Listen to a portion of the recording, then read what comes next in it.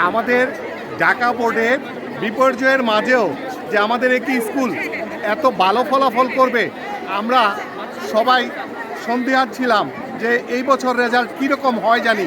কারণ July August বিপ্লবের পর একটা ছাত্ররা যে পরীক্ষা দিবে এটাই তারা জানতো না। তারপরও সরকার যখন পরীক্ষা নিল, এই ছাত্ররা তাদের যে পরীক্ষার হলে আমরা বসাইতে পারছি, এই জন্য আল্লাহর কাছে শুকরিয়া যে আমরা এই ছাত্রদের ফলাফলে অনেক সন্তুষ্টি অর্জন করছি। এই জন্য এই ফলাফলে সম্পূর্ণ অবদান শিক্ষক, মা বাবা এবং মা বাবা যে তাদের পরীক্ষার হলে পাঠাইতে পারছে, তারা যে পরিশ্রম করছে, এই অবদান প্রত্যেকটাই মা বাবার।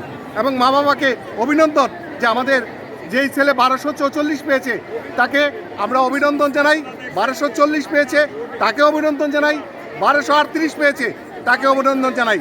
কারণ আমি ছেলেদের শিফটে দায়িত্ব পালনকালে দেখেছি এই ছেলেরা সারাদিনই পরিশ্রম করেছে।